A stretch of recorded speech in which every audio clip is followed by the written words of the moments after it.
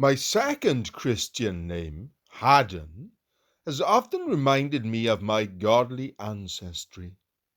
When I have had to endorse a great heap of checks for the college and orphanage, I have wished that my father had not given me so many initials, and I took care that my own sons should not have the same cause for complaint, for they are simply Charles and Thomas.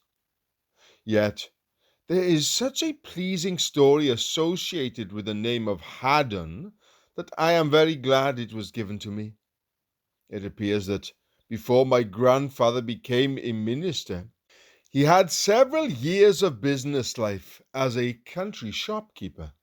Amongst other things, he sold cheese, which he used to buy of a wholesaler dealer in that useful article of commerce.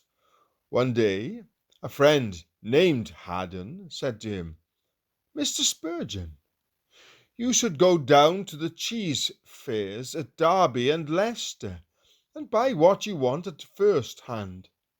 You would get a much larger profit if you did so." "Oh," replied grandfather, "I could not do that, for I have not sufficient money to spare for such a purpose."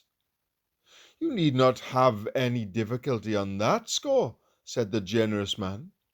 "If you tell me when the next fair is to be held, I will let you have the money, and you can pay me back when you have sold the cheese.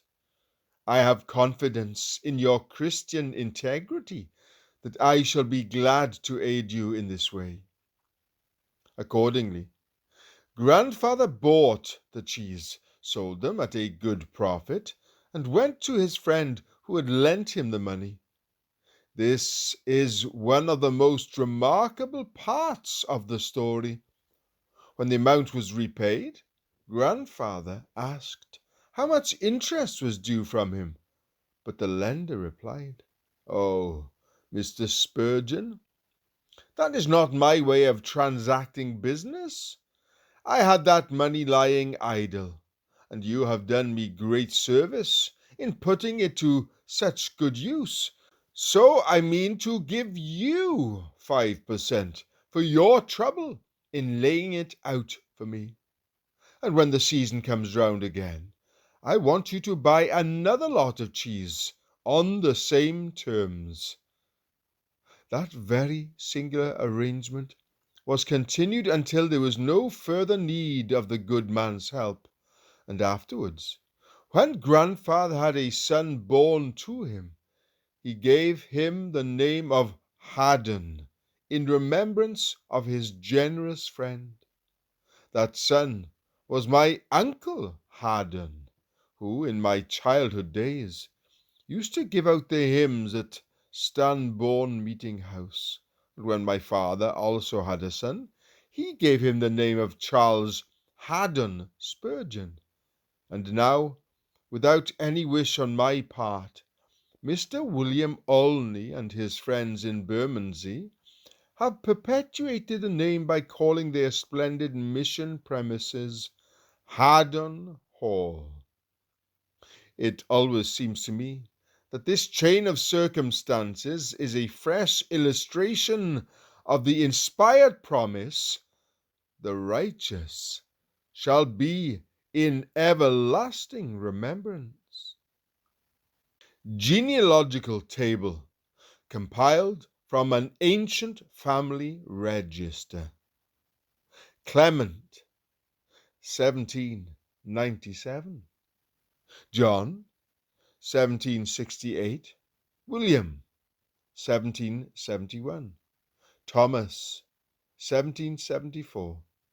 James, born September the 29th, 1776. Hannah, 1778. Also 6 who died in infancy.